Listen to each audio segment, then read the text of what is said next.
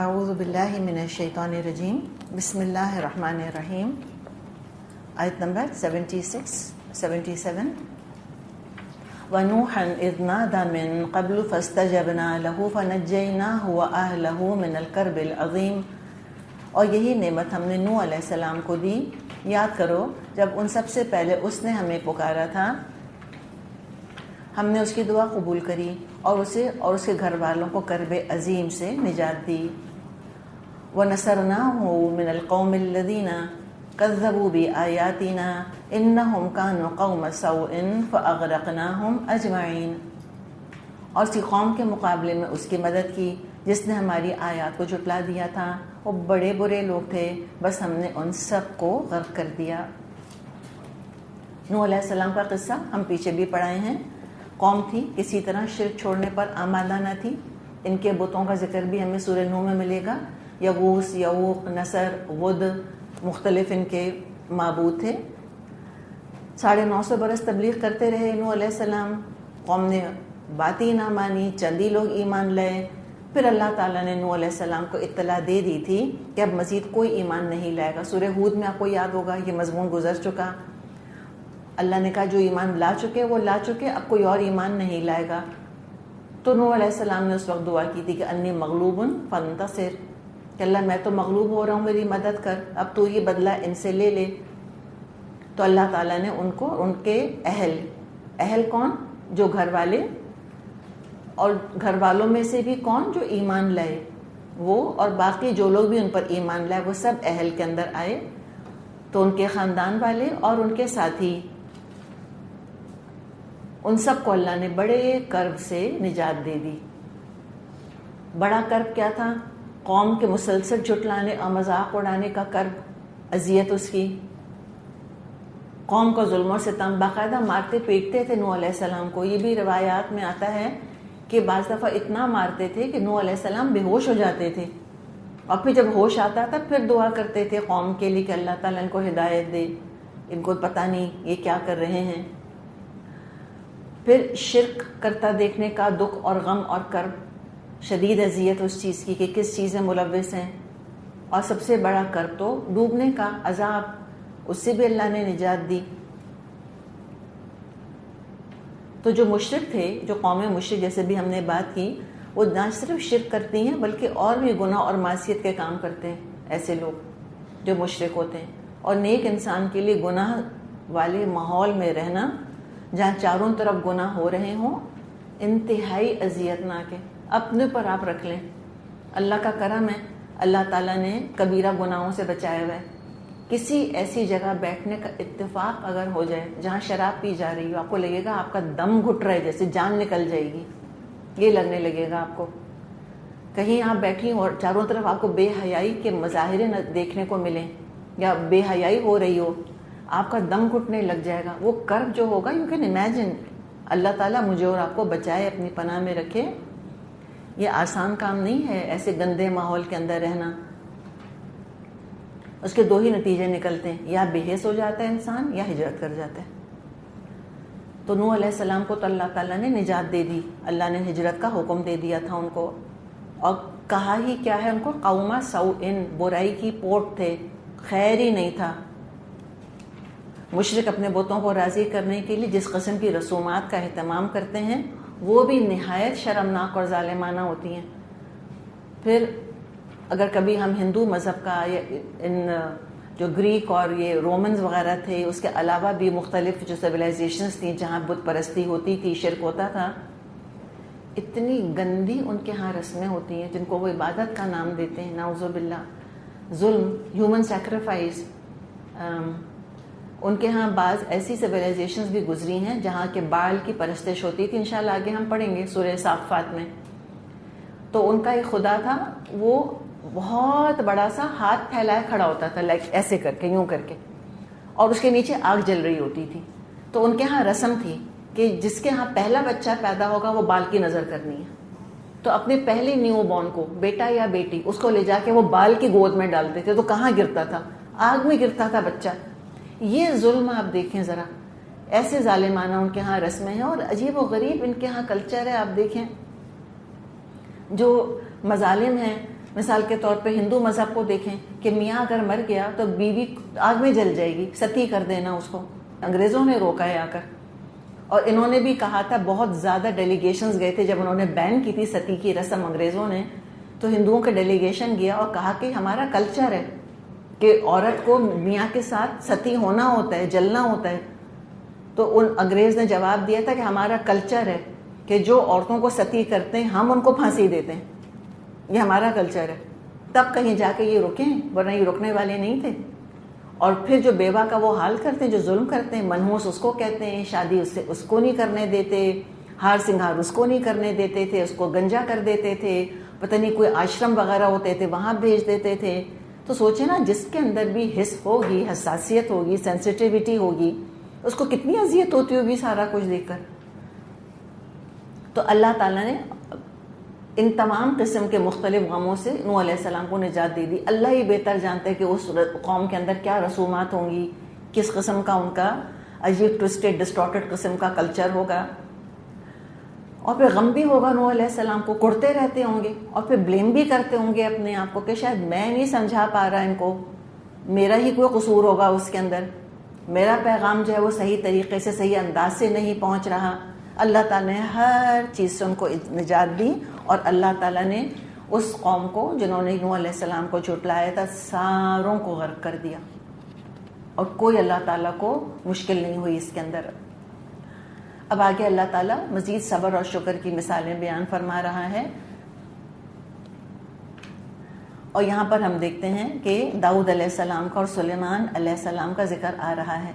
یہ دونوں انتہائی غیر معمولی شخصیات ہیں، بادشاہی میں فقیری کی مثال ہیں. وَدَاوُودَ وَسُلَيْمَانَ إِذْ يَحْكُمَانِ فِي الْحَرْثِ إِذْ نَفَشَتْ فِيهِ غَنَمُ الْقَوْمِ وَكُنَّا لِحُكْمِهِمْ شَاهِدِينَ. اسی نعمت سے ہم نے داؤد اور سلیمان کو سرفراز کیا. یاد کرو وہ موقع جب کہ وہ دونوں کھیت کے مقدمے میں فیصلہ کر رہے تھے، جس میں رات کے وقت دوسرے لوگوں کی بکریاں پھیل گئی تھیں اور ہم ان کی عدالت کو خود دیکھ رہے تھے.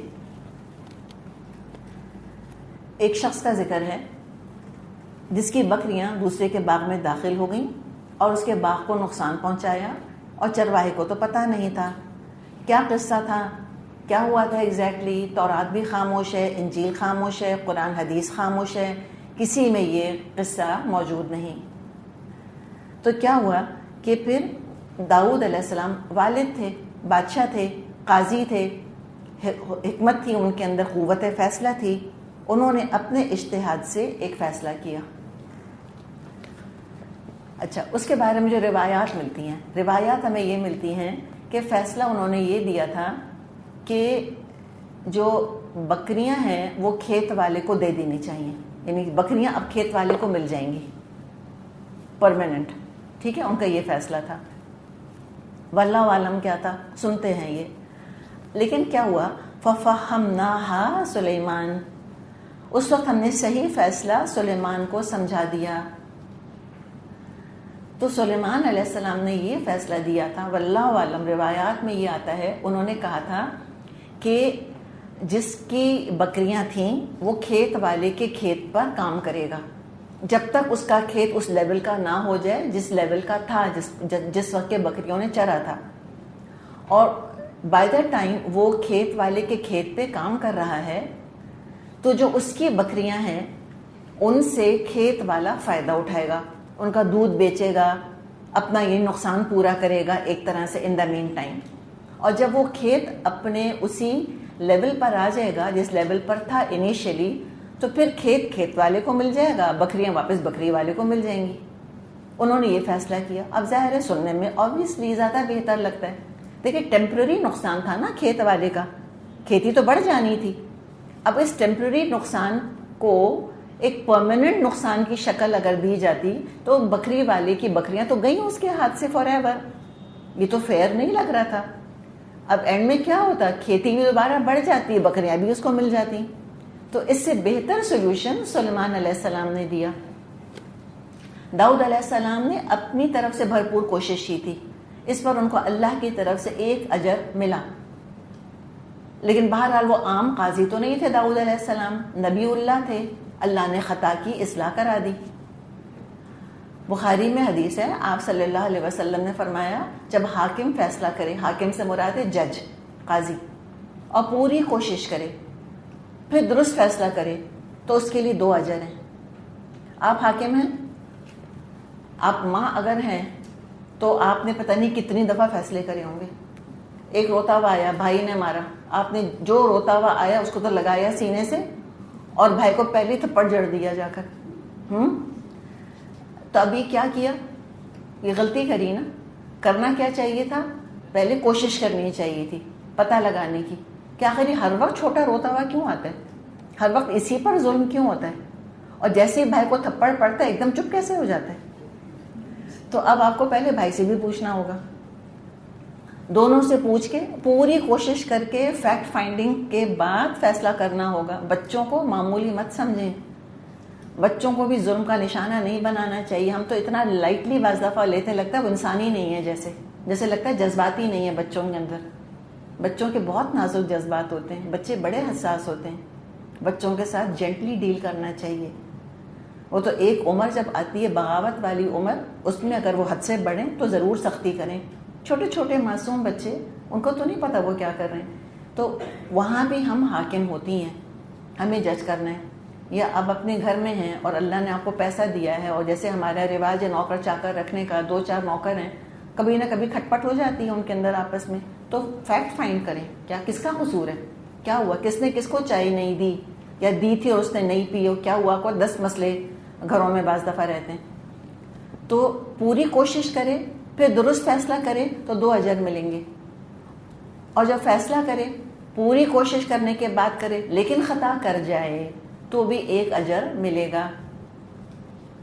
اللہ تعالیٰ بڑے اہتمام کے ساتھ یہ سارا دیکھ رہا تھا معاملہ کہ داؤد علیہ السلام کیا فیصلہ دیتے ہیں۔ اللہ نے فرمایا ہے نا وَكُنَّا لِحُكْمِهِمْ شَاهِدِينَ، ہم ان کے فیصلے کے خود شاہد تھے، خود دیکھ رہے تھے۔ فَفَهَّمْنَاهَا سُلَيْمَانَ، تو ہم نے سکھا دیا، سجھا دیا سلیمان کو، تو انہوں نے زیادہ اچھا فیصلہ کیا۔ تو یہ بھی ہو سکتا ہے بعض دفعہ اولاد والدین سے بہتر کام کرتی ہے، تو بچے جب ایک عمر کے ہو جائیں تو ان کو خاندانی معاملات میں شامل کرنا چاہیے، صلاح مشورہ کریں تو کانفیڈنس بڑھتا ہے، تجربہ بڑھتا ہے، بچوں کے اندر حکمت پیدا ہوتی ہے، شعور پیدا ہوتا ہے۔ کوئی پیسے کا معاملہ ہے، کوئی ڈیسیشن آپ کو لینا ہے تو پوچھیں بچوں سے کہ اچھا یہ کریں کہ نہ کریں، گھر بیچیں کہ نہیں، کیا خیال ہے تمہارا۔ ہم کہتے ہیں بچے ان کو کیا پتہ، اور دیکھیں بھی بچوں کا بچپن اتنا لمبا مت کریں، بچوں کے ساتھ زیادتی ہے۔ ایک دفعہ جب فزیکل پیوبرٹی ان کی ہو رہی ہے، جسمانی بلوغت پہ جب پہنچ رہے ہیں وہ، تو پھر ان کی ذہنی بلوغت کا اور اس کی ٹریننگ کا، تربیت کا، اس کی بڑھوتری اور پختگی کا اہتمام کرنا یہ بھی والدین کی ذمہ داری ہے۔ اور اس طرح آتی ہے جب ان کے ساتھ اپنے معاملے ڈسکس کیے جاتے ہیں۔ یہ نہیں کہ تمہاری دادی مجھے اتنا تنگ کرتی، کیا خیال ہے تمہارا، نکال دیں دادی کو، بھیج دیں تایا کے گھر، نہیں، ایسی باتیں نہیں، نعوذ باللہ۔ یہ ان کو ہمیں برباد نہیں کرنا، اخلاقی طور پہ ان کو خراب نہیں کرنا، ہمیں گرو کرنا ہے، بہتری کی طرف لے کے جانا ہے۔ ابھی اللہ تعالیٰ نے سجھا دیا سلیمان کو تو ہم بھی دعا کیا کریں، یا مفہم سلیمان فہمنی، اے سلیمان کو سکھانے والے مجھے بھی سکھا دے۔ بہت ہی اچھی دعا ہے، یا معلمہ ابراہیم علمنی، یا مفہمہ سلیمان فہمنی۔ جب فہم کا پیپر کریں تو آپ یہ دعا پڑھ لیا کریں، انشاءاللہ بہت اچھا ہوگا۔ وَكُلًّا آتَيْنَا حُكْمًا وَعِلْمًا، حالانکہ حکم اور علم ہم نے دونوں ہی کو عطا کیا تھا۔ تو اللہ تعالیٰ نے یہ جو بات فرمائی کہ ہم نگرانی کر رہے تھے ان کی، تو نگرانی تو اللہ ہر انسان کے اعمال کی کرتا ہے، لیکن نبیوں کی خصوصی نگرانی ہوا کرتی تھی، ان کو اسپیشلی آبزرو کیا جاتا تھا، اور انبیاء کو اسپیشل امیونٹی، اسپیشل پروٹیکشن حاصل ہوتی تھی۔ جو ان کا مقام، جو ان کی پوزیشن ہوتی تھی، اللہ تعالیٰ ان سے اس طرح کی بڑی بڑی غلطیاں نہیں ہونے دیتا تھا۔ اسی لیے ہم کہتے ہیں انبیاء معصوم ہوتے تھے، چھوٹی موٹی خطائیں ہو سکتی تھیں، بڑی بڑی نہیں۔ کیوں؟ اس لیے کہ وہ معیار ہوا کرتے تھے رائچسنس کا، نیکی کا، تو اس معیار کو تو پرنسٹین رکھنا ضروری تھا، اور چونکہ ذمہ داری ان پر بہت بڑی ڈالی گئی ہوتی تھی تو پھر اسپیشل پروٹیکشن بھی اللہ تعالیٰ ان کو دیا کرتا تھا۔ تو یہ داؤد علیہ السلام کا معاملہ اللہ تعالیٰ نے بیان کیا. یعنی یہ ہمیں سکھا دیا کہ اگر اولاد کی بات درست ہو تو اولاد کی بات مان لینی چاہیے.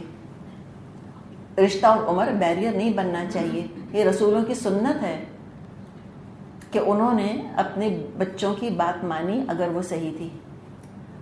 ابراہیم علیہ السلام کے مشرک باپ نے اپنے ہونہار بیٹے کی بات نہیں مانی، لیکن داؤد علیہ السلام نے مان لی. تو عربوں کو بھی سنایا جا رہا ہے کہ دیکھو محمد صلی اللہ علیہ وسلم تمہارے ہی تو بیٹے ہیں، ایک طرح سے تمہارے بیٹے ہیں، ان کی بات مانو جو وہ کہہ رہے ہیں. داؤد علیہ السلام نے بھی مانی تھی بات اپنے بیٹے کی. اب آگے داؤد علیہ السلام کی کچھ اور خوبیوں کا ذکر آ رہا ہے. وَسَخَّرْنَا مَعَ دَاوُودَ الْجِبَالَ، اور داؤد کے ساتھ ہم نے پہاڑوں کو مسخر کر دیا تھا. يُسَبِّحْنَا، وہ اللہ کی تسبیح کیا کرتے تھے. وَالطَّيْرَ، اور پرندوں کو بھی مسخر کر دیا تھا، وہ بھی تسبیح کرتے تھے اللہ کی. وَكُنَّا فَاعِلِينَ، اس فعل کے کرنے والے ہم ہی تھے. داؤد علیہ السلام کو اللہ تعالیٰ نے بہت خوبصورت آواز عطا کی تھی. سونے پر سہاگا، اللہ کی کتاب زبور میں حمد کے ترانے ہیں، دعائیں ہیں، کلام اللہ کا اور آواز نبی اللہ کی. سونے پر سہاگا، پہاڑ اور پرندے وجد میں آ جاتے تھے، وہ بھی ساتھ مل کے تسبیح کرتے تھے. کیا سما بنتا ہوگا، سبحان اللہ. اور یہاں جو اللہ تعالیٰ نے اینڈ میں فرمایا وَكُنَّا فَاعِلِينَ، اور ہم کرنے والے تھے، یہ بتانا ہے کہ دیکھو آئندہ کہیں جا کے لوگ اس غلط فہمی میں مبتلا نہ ہو جائیں کہ داؤد علیہ السلام کھڑے ہو کے پڑھتے تھے تو پہاڑ میں صدائے بازگشت گونجا کرتی تھی، ایکو ہو رہا تھا. ایکو میں کون سا معجزہ ہے؟ میں اور آپ بھی کھڑے ہو کے پہاڑوں کی وادی میں اگر کچھ بولیں گے تو دیواروں سے ٹکرا کر بات آئے گی. پہاڑوں کی بھی کیا ضرورت ہے، خالی ہال میں چلی جائیں جہاں فرنیچر وغیرہ نہیں ہے، جہاں آواز باؤنس ہوتی ہے دیواروں سے، تو وہاں بھی یہی ہوگا. وہاں بھی آپ دیکھیں گے کہ آواز جو ہے وہ گونج رہی ہوگی. تو آواز کا گونجنا یہ تو کوئی بھی کر سکتا ہے، لیکن اللہ نے جو اسپیشلی فرمایا کہ ہم کرنے والے تھے، اس کا مطلب ہے باقاعدہ پہاڑ تسبیح کرتے تھے آواز کے ساتھ، اور پرندے بھی تسبیح کرتے تھے، باقاعدہ آواز کے ساتھ تسبیح کرتے تھے اللہ تعالیٰ کی. کیسے کرتے تھے؟ اللہ کی قدرت کے تحت سب کچھ ہو رہا ہے. سورہ بنی اسرائیل میں تو صاف آ گیا ہے کہ ہر چیز تسبیح کرتی ہے. وَلَٰكِن لَا تَفْقَهُونَ تَسْبِيحَهُمْ، لیکن تم ان کی تسبیح سمجھ نہیں سکتے اے انسان. اور کیا ہوا؟ وَعَلَّمْنَاهُ صَنْعَةَ لَبُوسٍ لَكُمْ لِتُحْصِنَكُم مِّن بَأْسِكُمْ فَهَلْ أَنتُمْ شَاكِرُونَ، اور ہم نے اس کو تمہارے فائدے کے لیے زرہ بنانے کی صنعت سکھا دی تھی تاکہ تم کو ایک دوسرے کی مار سے بچائے. پھر کیا تم شکر گزار ہو؟ کیا سکھایا؟ چین میل ان کو بنانی سکھائی تھی. وہ آگے بھی ہم پڑھیں گے سورہ صاد میں. قدر فی السرد، کڑیاں اندازے سے صحیح صحیح ڈالو تم اے داؤد. پہلے بھی آرمرز ہوا کرتے تھے، زرہ ہوا کرتی تھی، زرہ بختر جو لوہے کے لباس پہنا کرتے تھے فوجی، تاکہ دشمن کے تیروں سے، تلواروں سے، نیزوں سے اپنا بچاؤ کر سکیں. لیکن ظاہر ہے یہ آرمرز بڑے چنکی، بڑے کلمزی ہوا کرتے تھے، بہت بھاری ہوا کرتے تھے، موومنٹ بڑی مشکل ہوتی تھی. تو یہ چین میل دیکھا ہوگا ضرور آپ نے، میوزیمز وغیرہ میں بھی رکھے ہوتے ہیں اور تصویریں بھی ہوتی ہیں. تو وہ کڑیوں کے اندر کڑیاں ڈال کے زنجیروں کی شکلوں میں یوں لٹکا دیتے ہیں، اور جو ویسٹ بناتے ہیں وہ بھی کڑیوں کے اندر کڑیاں ڈلی ہوئی ہوتی ہیں. تو کیا ہوتے ہیں؟ لائٹ ہوتے ہیں، بہت پہننے میں ہلکے ہوتے ہیں اور پروٹیکٹ بھی بہت کر رہے ہوتے ہیں. تو یہ چین میل کس نے ایجاد کی تھی جو ہر جگہ ہم دیکھتے ہیں؟ داؤد علیہ السلام نے. تو کیا انوکھی شخصیت ہے داؤد علیہ السلام کی، موسٹ ایکسٹرا آرڈینری. شروع سے اگر ان کی ہسٹری دیکھیں جو ہم پڑھتے چلے آ رہے ہیں سورہ بقرہ سے، کہ قتل داؤد جالوتا، یہ پڑھا تھا نا ہم نے دوسرے پارے کے اینڈ میں. جالوت کو قتل کیا، حالانکہ چرواہے تھے اس سے پہلے. اور جسمانی طاقت دیکھیں قتل کیسے کیا، کہ خالی غلیل کو انہوں نے گھما کے مارا اور وہ آنکھ میں جا کر اس کا بھیجا توڑتی ہوئی پار نکل گئی. اتنے زبردست جسمانی طاقت کے حامل تھے. پھر بادشاہ بنے، فزیکل پاور تھا اور ذہنی طور پہ بھی ان کے پاس بڑی صلاحیتیں تھیں. اور جب یہ بادشاہ بنے بہترین بنے، خوب عدل کا اہتمام کیا. یہاں بھی ہم دیکھ رہے ہیں فیصلہ کیا تھا، آگے بھی پڑھیں گے سورہ صاد میں بھی کچھ فیصلوں کا ذکر آئے گا. لوگوں کے مقدمات کو خود ڈیل کرتے تھے. سلطنت کے انہیں کام سنبھالے ہوئے تھے، قاضی بھی تھے اور جنگیں بھی کیا کرتے تھے، تبھی تو وہ بنائی تھیں، آرمرز بنائی تھیں. ان میں الجھ کر اللہ کے ذکر سے غافل نہیں تھے. یہ نہیں کہا کہ ٹائم نہیں ہے میرے پاس. نہایت دل سوزی سے اور محبت سے کھلی فضا میں جا کر اللہ کی کتاب کی تلاوت کرتے تھے. Quality time. یہ نہیں کہ چلتے پھرتے کچھ پڑھ لیا کہ میں تو اتنا مصروف ہوں، چلو کوٹ آتے جاتے جلدی سے پڑھ لیتا ہوں. وہ بھی کرتے تھے اپنے، جب تک ان کے گھوڑوں پر زین کسی جاتی تھی، سیڈلز لگائے جاتے تھے گھوڑوں کے اوپر، یہ پوری زبور کی تلاوت کر لیا کرتے تھے. ہم ہوتے تو واٹس ایپ کے میسیجز ہی دیکھتے رہ جاتے. فضول ٹائم ضائع کرنا. ہر میسیج پڑھنے والا ہوتا ہے. دیکھیں میں اور آپ نا سوچ سمجھ کے میسیج دیا کریں لوگوں کو. جو ہمارے پاس آتا ہے وہ فارورڈ کر دیے. فارورڈ تھنکنگ اس کو نہیں کہتے کہ جو میسیج آئے اس کو آگے بھیج دیا. دوسروں کو کیوں کلٹر کرتے ہیں، کیوں ہم بوجھل کرتے ہیں ساروں کو، وقت ضائع کراتے ہیں، اپنا بھی ضائع کرتے ہیں وقت، ان کا بھی ضائع کرتے ہیں. جس کو جو بھیجا وہ پورا پہلے سنے گا، پھر کہے گا کیا فضول چیز بھیجی ہے، 5 منٹ تو ضائع کرا دیے نا. تو جتنا ٹائم ملتا ہے نا ذکر کیا کریں، اللہ کا ذکر کیا کریں، حفظ کریں اور دہرائیں دہرائیں دہرائیں اس کو. یہ بھی انبیاء کی سنت ہے. نبی اکرم صلی اللہ علیہ وسلم کانا یذکر اللہ کل حین، ہر وقت اللہ کو یاد کیا کرتے، ہر وقت. تو بس اپنے دل کو جوڑ لیں اللہ کے ساتھ. اس کی برکتیں پھر دیکھیں، اس کا سکون دیکھیں، اطمینان دیکھیں، ذہانت دیکھیں، کلیئر تھنکنگ دیکھیں کتنی آتی ہے، کیسے سیلف کنٹرول آتا ہے انسان کے اندر. اللہ کا ذکر بڑی چیز ہے. وَلَذِكْرُ اللَّهِ اکبر. یہ انبیاء کی سنت ہے. تو یہ بھی کیا کرتے تھے. اور اس کے علاوہ کوالٹی ٹائم بھی دیتے تھے.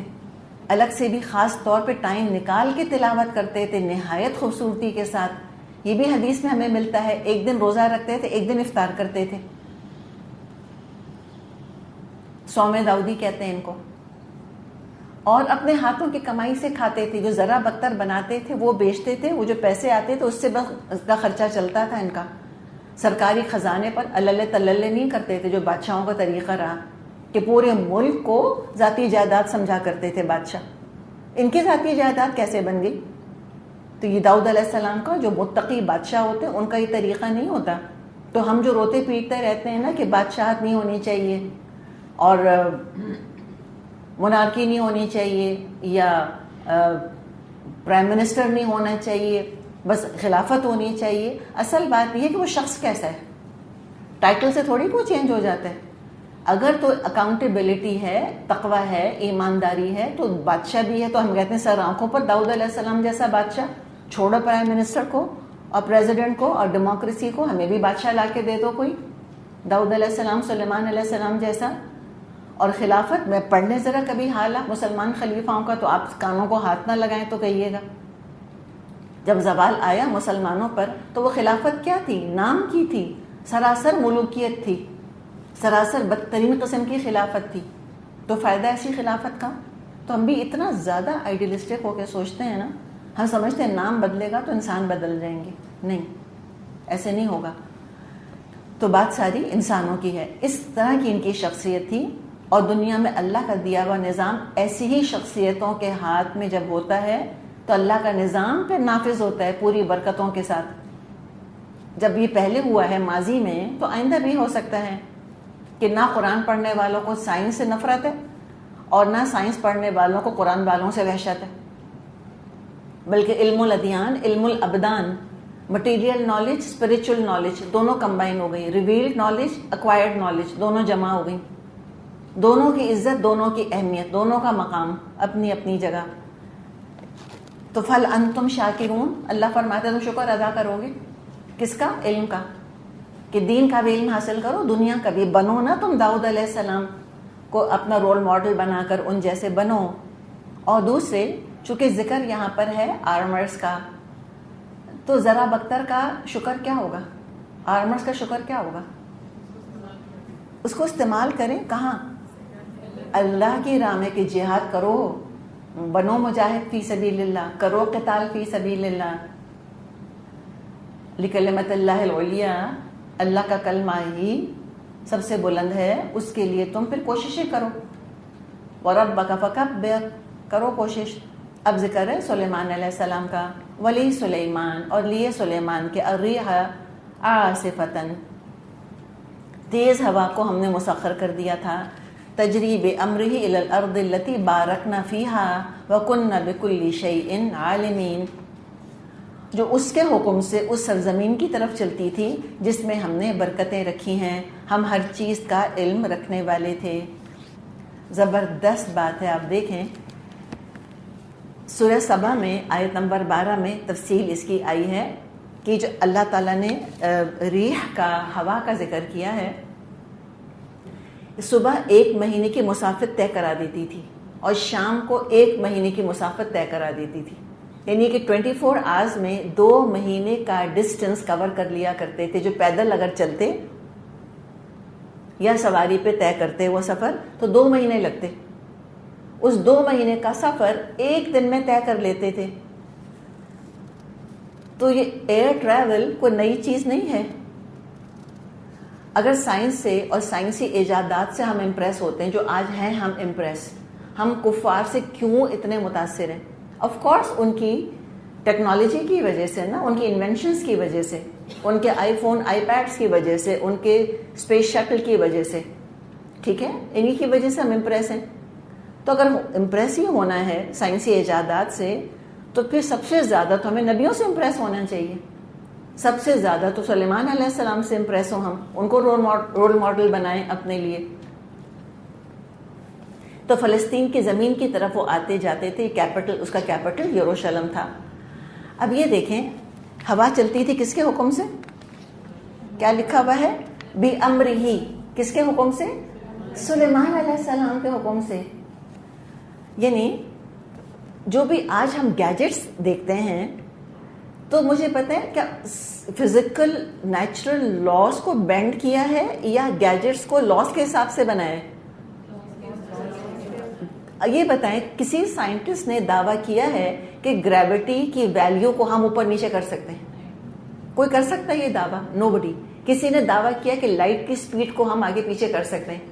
1,86,000 مائلز پر سیکنڈ کے بجائے ہم اس کو 2 لاکھ کے حساب سے کر سکتے ہیں، اسپیڈ اپ کر سکتے ہیں لائٹ کو۔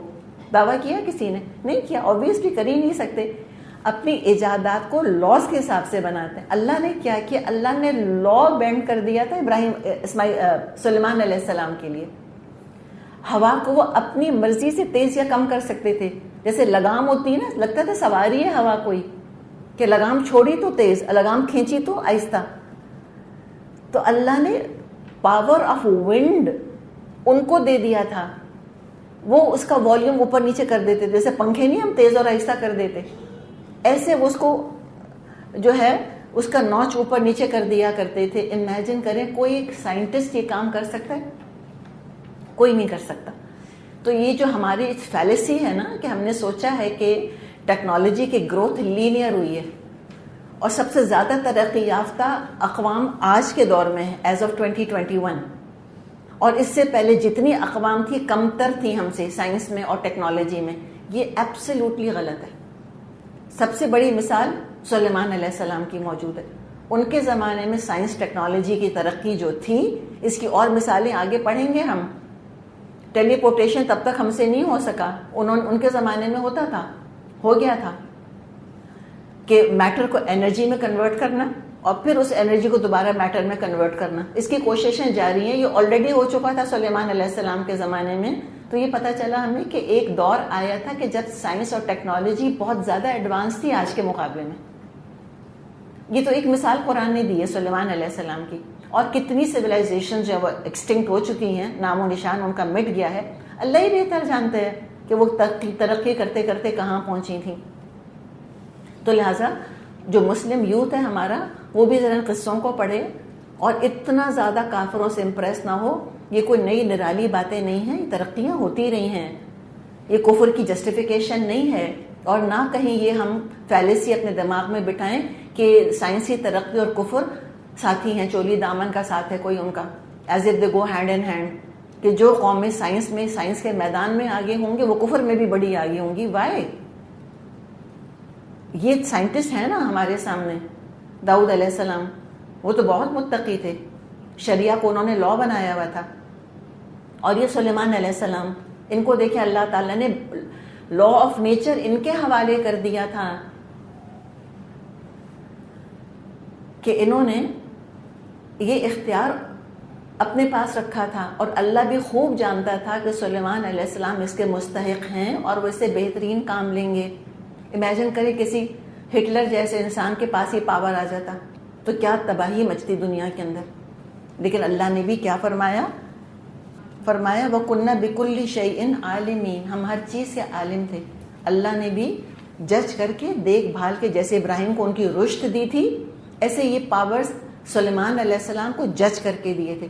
امیجن کرے کیا شخصیت ہوگی سلیمان علیہ السلام کی، کیا روب دار ہوں گے، کیا جلال ہوگا ان کا، اور کیا ان کی صلاحیتیں ہوں گی، کیا ان کے اعصاب ہوں گے. آگے جنوں کا ذکر ہے، ہم تو جن کا نام سن کے کانپنے لگتے ہیں. ہم کہتے ہیں جن ایسی باتیں نہیں کرو، مجھے ڈر لگ رہا ہے. ہمارا تو یہ حال ہے. جنوں پہ قابو تھا ان کا، سوچیں ہوا پہ قابو تھا. کیا اعصاب ہوں گے ان کے، کیا نروز ہوں گی، کیا ذہانت ہوگی، کتنا شارپ مائنڈ ہوگا ان کا. ہمارے تصور کیا ہے متقیوں کا؟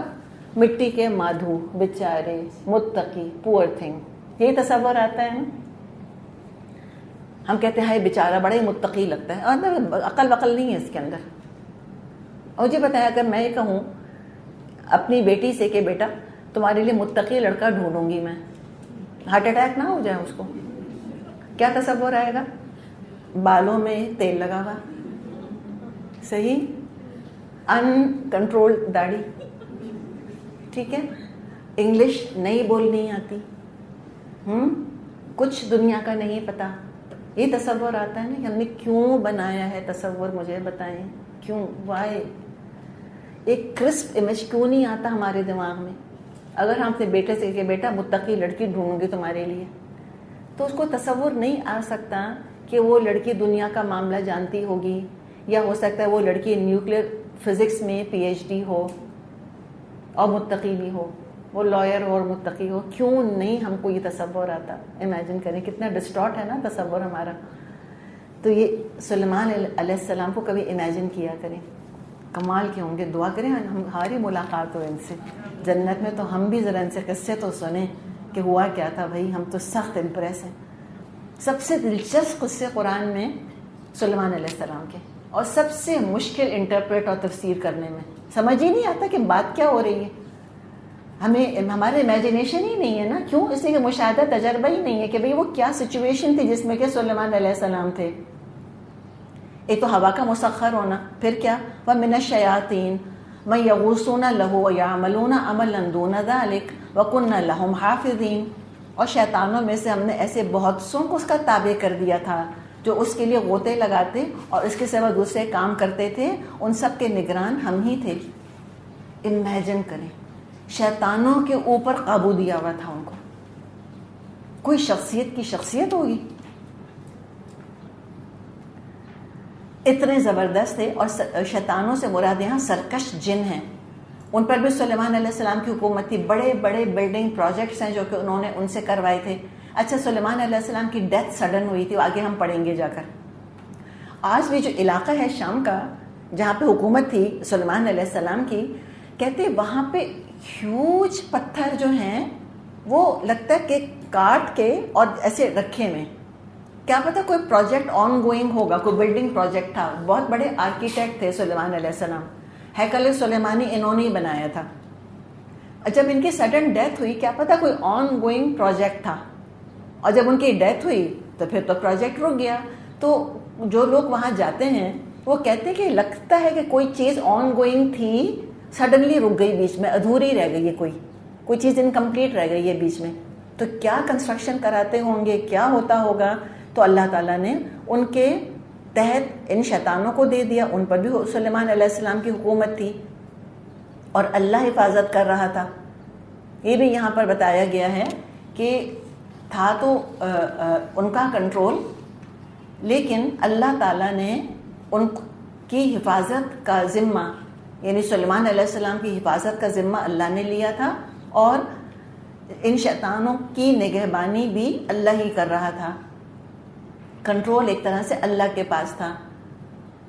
تو آپ یہ دیکھیں کہ کیا حکمران ہوں گے سلیمان علیہ السلام کہ شر پسند عناصر کو بھی مجبور کر دیا کہ وہ خیر کے کام کریں. تو جب جن لوگوں میں خیر ہوگی ان کی صلاحیتیں کیسی ابھری ہوں گی کہ جو بدترین تھے وہ بھی خیر کا کام کرنے پر مجبور تھے. یغوصون لہو، غوطے لگاتے تھے. کہاں؟ اوبویسلی سمندروں میں. ہم جانتے ہیں کہ سلیمان علیہ السلام کی سلطنت انتہائی متمول تھی، بہت پیسے والی سلطنت تھی. یعنی کہ ہم سمجھے کہ جو لوگوں کا ہم کہتے ہیں نا کہ جو ایوریج لوگوں کی انکم تھی وہ بہت ہائی تھی، اور اتنا پیسہ تھا کہ چاندی کی ویلیو نہیں تھی کوئی بھی. اتنا سونا تھا ان کے دور میں کہ چاندی کی ویلیو نہیں تھی. تو کہاں سے آیا یہ سارا؟ مائن کیا ہوگا جنہوں نے. اور پتہ ہے سمندروں میں ایک سے خزانے دفن ہیں، تو وہ خزانے نکال کے لاتے ہوں گے نا، موتی نکالتے ہوں گے، اور ہیرے کہیں سے وہ کانوں میں سے نکال کے لاتے ہوں گے، گولڈ مائن کرتے ہوں گے، قیمتی دھاتیں مائن کرتے ہوں گے، واللہ عالم کیا کچھ کرتے ہوں گے. تو بہت پیسہ تھا ان کے دور میں. اور اللہ نے فرمایا کہ ہم حفاظت کرتے تھے. تو ایک ہی شکر کی مثال آئی، اور اب ایک اور مثال اللہ بتا رہا ہے صبر کی. اللہ نے اپنے انبیاء کے ذریعے سے بہترین مثالیں قائم کی، اور اس سورت کی تھیم ہم نے کیا دیکھی تھی؟ صبر اور شکر کی بہترین مثالیں بھی اس میں ایک ہمیں تھیم ملتی ہے. وَأَيُّوب، اور ایوب علیہ السلام کی مثال. اذ نادى ربہ، جب اس نے اپنے رب کو پکارا. اب اس رکوع میں ہم دیکھ رہے ہیں کہ دعائیں بھی آ رہی ہیں بہت ساری. کیا دعا کی انہوں نے؟ کیا پکارا رب کو؟ انی مسنی الضر وانت ارحم الراحمین. جب انہوں نے اپنے رب کو پکارا کہ مجھ کو بیماری لگ گئی ہے اور اللہ تو ارحم الراحمین ہے. ان کے بارے میں بہت سی روایات آتی ہیں کہ کس قسم کی بیماری تھی، کتنے عرصے رہی، اور بہت مختلف روایات ہیں. واللہ عالم، اللہ ہی بہتر جانتا ہے. قرآن حدیث خاموش ہے، ہمیں نہیں پتہ ایگزیکٹلی کیا اس کا نیچر تھا، اللہ ہی بہتر جانتا ہے. سفر ایوب جو کتاب ہے نا، بک آف جاب اس میں تورات کے اندر، یعنی بائبل میں جو موجود ہے، اس میں آتا ہے کہ ایوب علیہ السلام بہت پیسے والے تھے. ان کو انگلش میں جاب کہتے ہیں. بال بچوں والے تھے، خوشحال تھے. بیمار ہوئی تو سب نعمتیں چلی گئیں. اللہ کی رحمت سے مایوس ہونے کے بجائے اللہ ہی کے آگے سجدے میں گر گئے. اور سفر ایوب میں لکھا ہے کہ وہ سجدے میں گر پڑا اور کہا میں اپنی ماں کے پیٹ سے برہنہ پیدا ہوا تھا اور برہنہ ہی دنیا سے جاؤں گا. خداوند نے مجھ کو دیا تھا اور خداوند نے لے لیا. اسی کے نام کے لیے ساری پاکیاں اور مبارکیاں ہوں. راضی رہے اللہ سے، راضی برضائے رب. آزمائش میں اپنے رب کو پکارتے رہے. یہ دعا دیکھیں، دعا میں خود صبر چھلک رہا ہے. فرمایا مجھ کو تکلیف نے چھوا ہے، اپنا حال بیان کر دیا اور اللہ کی شان بیان کر دی کہ تو ارحم الراحمین ہے. تو بیماری کی نسبت اللہ کی طرف نہیں کی کہ اللہ تو نے مجھے بیمار کیا، حالانکہ ہم جانتے ہیں کہ سب کچھ آتا اللہ کی طرف سے ہے. لیکن یہ ادب ہے کہ شر کی، نقصان کی نسبت اللہ کی طرف نہیں کی جاتی، اور یہی ادب بڑوں کے ساتھ رکھنا چاہیے. اپنی تقدیر کی خرابی کا ذمہ دار ماں باپ کو نہیں ٹھہرانا چاہیے. جیسے کہ آج کا رواج ہو گیا کہ ماں باپ کو ڈسکس کرو، خوب برائیاں کرو کہ ان کی وجہ سے مجھ کو یہ ٹراما ہوا، ان کی وجہ سے انزائٹی ہو گئی، ان کی وجہ سے یہ ہو گیا مجھ کو. یہ آج رواج چل پڑا ہے نا، فیشن ہے آج کے دور کا. تو مجھے اور آپ کو اس میں حصہ نہیں لینا. یہ ادب کے خلاف ہے. تو اللہ کی طرف نسبت نہیں کی، کہا مجھے بیماری نے، تکلیف نے چھو لیا ہے اور تو اللہ رحم کرنے والا ہے. تو یہ بھی دعا ہے. اللہ نے انبیاء کے ذریعے سے بہترین دعائیں ہم کو سکھائی ہیں، اور بڑی طرح طرح کے طریقے سکھائے ہیں دعائیں مانگنے کے. دیکھیں دعا کیا ہونی چاہیے تھی کہ اللہ میں بیمار ہوں مجھے ٹھیک کر دے. یہ ہے نا دعا. تو یہ تو نہیں دعا کری. ایک نرالا طریقہ ہے دعا کرنے کا. یہ جو عارف باللہ ہوتے ہیں، جو اللہ کو جانتے ہیں، وہ عجیب عجیب طرح سے اللہ کو پکارتے ہیں. یہ بالکل کیا طریقہ ہے. دیکھیں بچہ آیا ماں کے پاس اور ماں سے کہتا ہے ماں مجھے چوٹ لگ گئی. کہنا کافی ہے. اس کو 100% یقین ہے کہ ماں میرا علاج کرے گی، دوا لگائے گی. ٹھیک ہے نا. بچے آ کے اپنا اسکریچ کیوں دکھاتے ہیں؟ آپ پتہ ہے بچوں کو بینڈیڈ لگوانے کا کس قدر شوق ہے. ہر چیز کا علاج بینڈیڈ ہے. اور پھر بینڈیڈ بھی ایک سے ایک فینسی آئے ہوئے ہیں آج کل. اور بس وہ بینڈیڈ لگائے فوراً رونا بند اسی وقت. تو وہ آ کر بس کہتے ہیں مجھے اسکریچ لگ گیا یہاں پر. ان کو پتہ ہے کوئی نہ کوئی میرا علاج کر دے گا. بالکل یہ طریقہ کہ اللہ مجھ کو بیماری نے چھو لیا ہے اور اللہ تیرا رحم تو یقیناً برسے گا.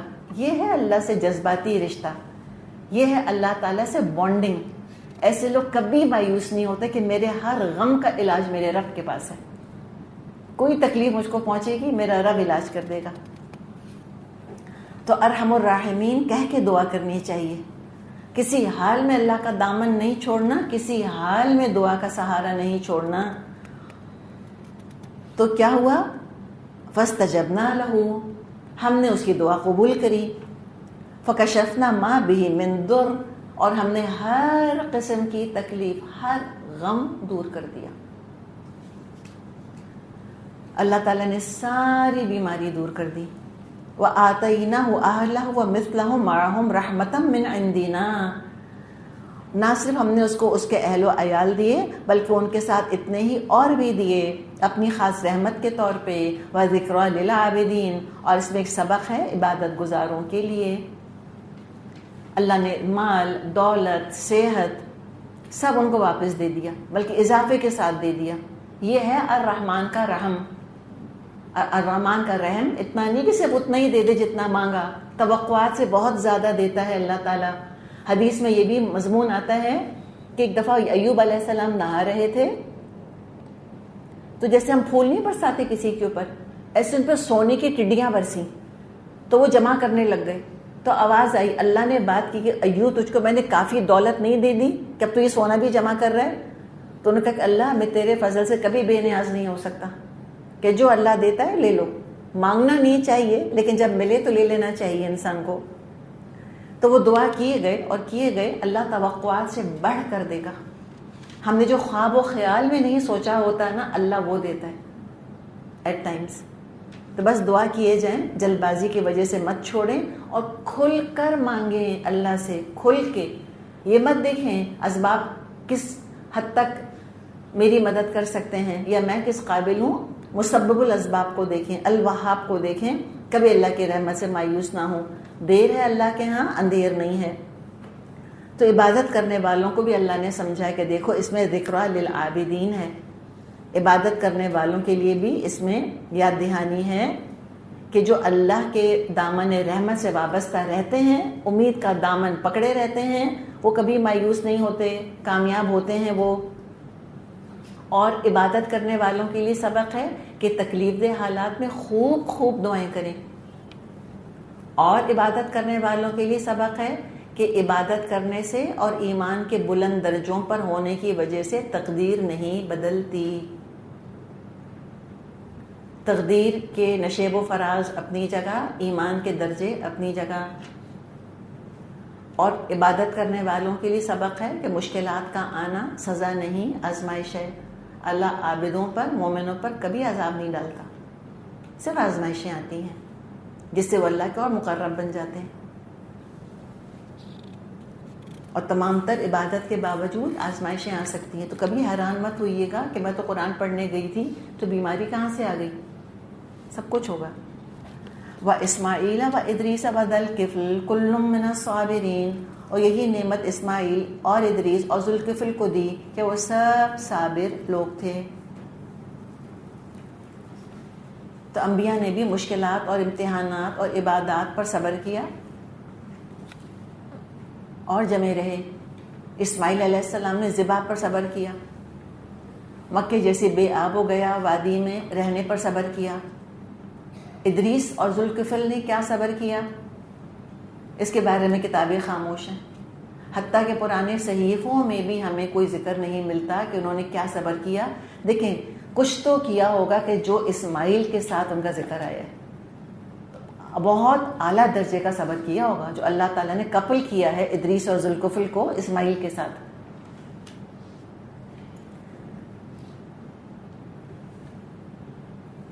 تو ان کے ساتھ جو اللہ نے معاملہ کیا, اللہ ہی حال جانتا ہے, اور بس کافی ہے کہ اللہ جان لے. ہو سکتا ہے کسی انسان کی نیکی اور صبر کو وہ شہرت اور وہ تعریف مل جائے جیسے کہ اسماعیل کو ملی. ان کے صبر کو تو اللہ نے بڑا مشہور کیا, بڑی ان کی تعریف ہوئی.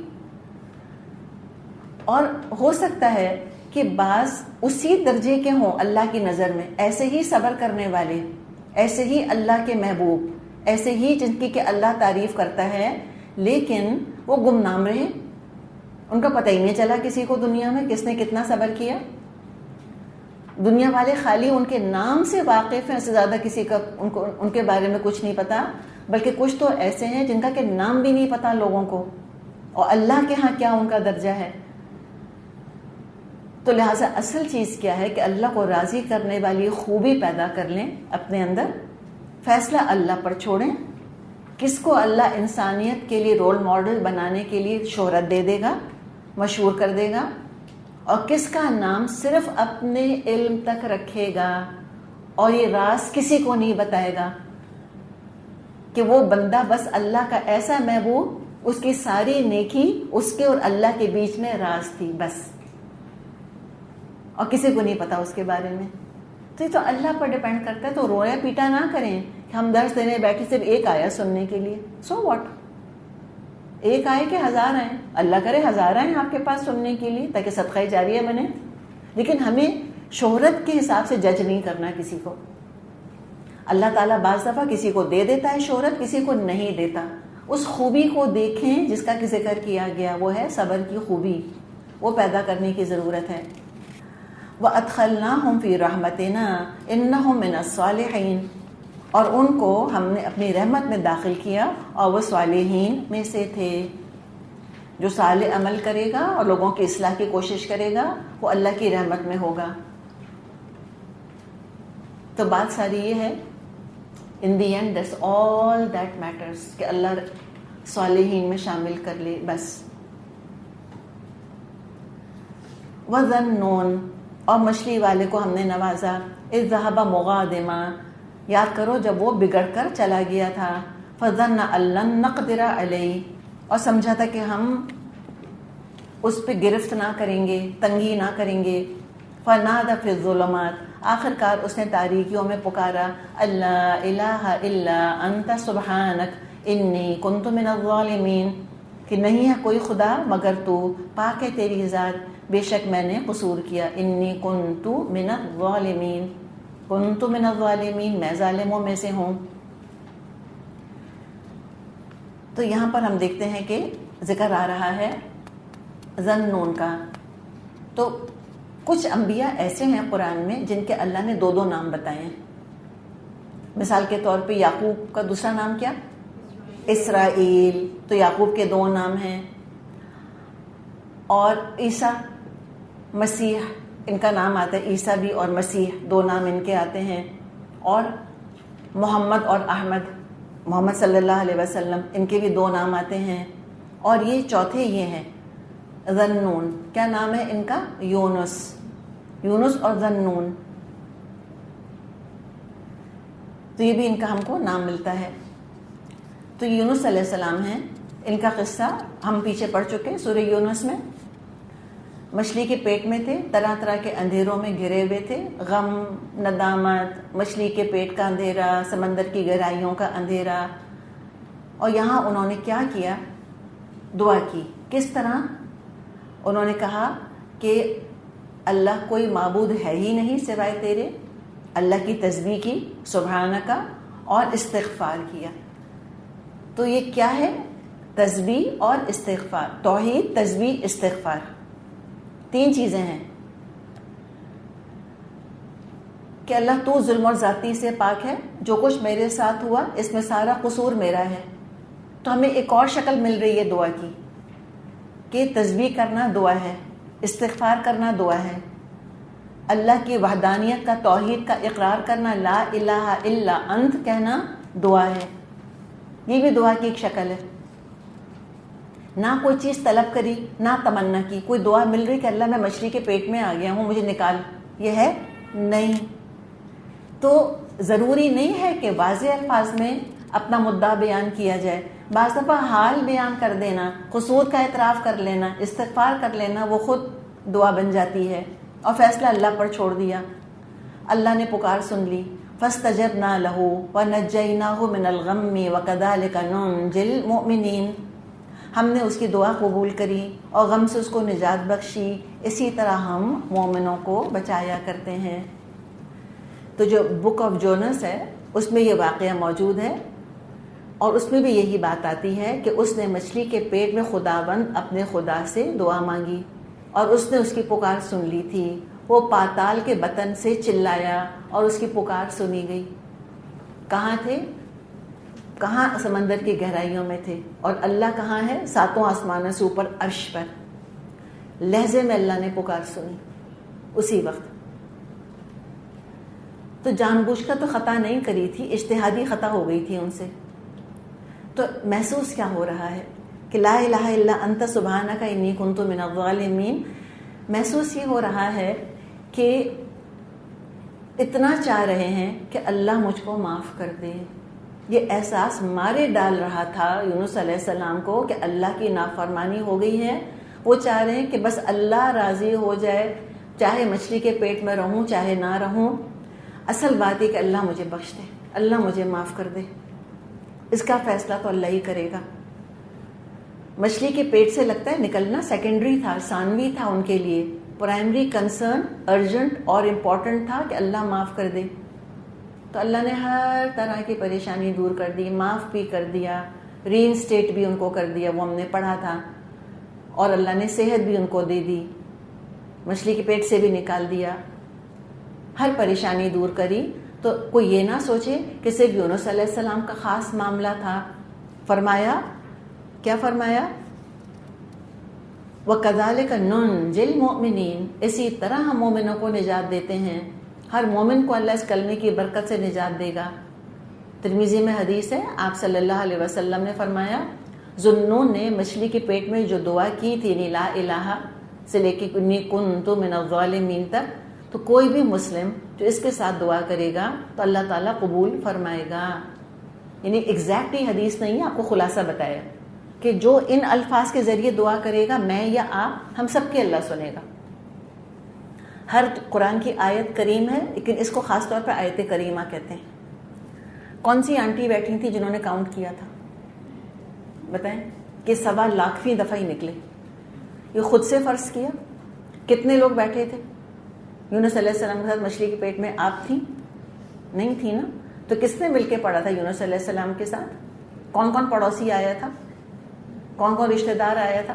لوگ تو خوف زدہ ہو جاتے ہیں اگر کوئی فون کر کر کہے کہ آیت کریمہ کا ختم میں تم آ جانا. 100 بہانے بنانے کی کوشش کرتے ہیں لوگ.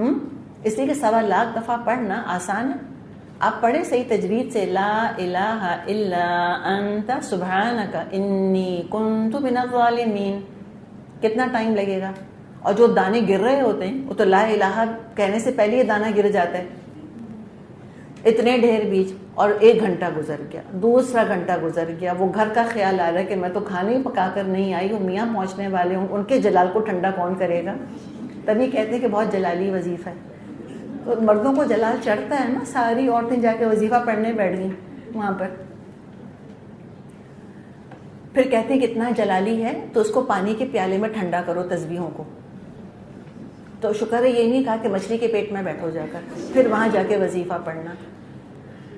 گھنٹہ گزرا، دعائیں کر رہے ہیں اللہ سے کہ اللہ 1.25 لاکھ کی تعداد پوری ہو. اب لگا اس دفعہ تو ہو ہی گئی ہوگی، نہیں. پھر وہ جو خاتون ہوتی ہیں جنہوں نے ختم رکھوایا ہوتا ہے، اللہ ان کو نیکی دے. پھر چادر کے چاروں کونے پکڑتے ہیں، پھر سارے بیج جمع کر دیتے ہیں، کہتے ہیں اب دوبارہ پڑھیں. زندگی میں صرف اور صرف 1 دفعہ مجھے کوئی زبردستی لے گیا تھا، اس کے بعد میں نے کانوں کو ہاتھ لگائے تھے. مجھے کچھ نہیں پتا تھا، اتنی میں اس زمانے میں جاہل تھی. عمر بہت کم تھی، کچھ پتا نہیں تھا کہ کہاں لکھا ہے قرآن کے اندر، کس نے پڑھا تھا، کیوں پڑھا تھا، کیا ہوا تھا. صرف یہ پتا تھا کہ اس کا رواج ہے. لیکن اس کے بعد میں نے کانوں کو ہاتھ لگائے تھے کہ میں آئندہ زندگی بھر ایسی مجلس میں شریک نہیں ہوں گی. مجھ کو کچھ نہیں پتا تھا سنت کیا ہوتی ہے، بدعت کیا ہوتا ہے. I had no idea absolutely. I think کوئی عمر میری 24-25 سال سے زیادہ کی نہیں تھی اس وقت. آپ کہیں گے اتنی بڑی عمر تھی کچھ نہیں پتا تھا آپ کو؟ ہاں نہیں پتا تھا، کیا کریں. شکر ہے کہ مر نہیں گئے اس حال میں، اللہ تعالیٰ نے ہدایت دے دی، شکر ہے اللہ کا. تو دیکھیں یہ انہیں کہ میں آپ کو بتانا کیا چاہ رہی ہوں کہ ایک لا علم کو بھی پتا ہوتا ہے کہ یہ طریقہ نہیں ہو سکتا دعا مانگنے کا، یہ خود ساختہ طریقہ ہے. کیوں بھاری کیا؟ ہمیں کیا پتا یونس علیہ السلام نے 1 دفعہ پڑھا تھا یا 100 دفعہ پڑھا تھا یا کروڑ دفعہ پڑھا تھا؟ پتہ ہے کسی کو؟ ہم کیوں کوانٹٹی پہ جاتے ہیں, ہم کوالٹی پہ کیوں نہیں جاتے؟ کیا پتہ ایک دفعہ پڑھا ہو, دل کی گہرائی سے پڑھا ہو اور اللہ نے قبول کر لی. اللہ تعالیٰ کو کہ ریپیٹیشن کروانا اچھا لگتا ہے ہم سے کہ بار بار مانگو بار بار مانگو. اللہ کو پہاڑا پڑھواتا ہے, کوئی ٹیبل پڑھواتا ہے ہم سے؟ نہیں. تو مانگو, اللہ سنتا ہے. نعوذ باللہ کوئی غافل ہے وہ؟ نعوذ باللہ. جیسے آپ صلی اللہ علیہ وسلم نے فرمایا تھا ایک موقع پہ کہ تم کسی بہرے کو نہیں پکار رہے, اللہ کو سب پتہ ہے. خود مانگیں, پرسنلی مانگیں, کھلا مانگیں, کوئی تعداد فکس نہیں کریں, چلتے پھرتے مانگیں, کوئی جلالی نہیں ہے. نعوذ باللہ. اگر قرآن نعوذ باللہ نقصان پہنچائے گا, مجھے بتائیں پر اللہ کی رحمت کہاں سے آئے گی کہ الرحمن علم القرآن, رحمان نے قرآن سکھایا ہے. تو کہتے ہیں تو جلالی ہوگا, تو فلاں کا دماغ الٹ گیا یہ پڑھنے سے. تو نعوذ باللہ یہ سب کہانیاں ہیں جو کہی جاتی ہیں بلا وجہ. بدعات کا بوجھ ڈالتے ہیں اسر اور اغلال لوگوں کے اوپر. سنت زندگی کو ہلکا کرتی ہے اور بدعتیں بہت بھاری کرتی ہیں. تو نہ کبھی جائیں, نہ اپنے گھر پہ رکھیں.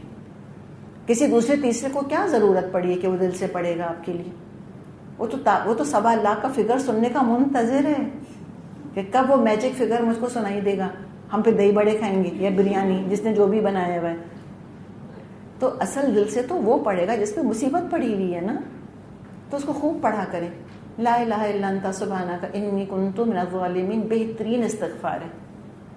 اس کو روز کا معمول بنائیں اور پڑھا کریں اس کو. اللہ تعالیٰ انشاءاللہ آسانیاں کرے گا.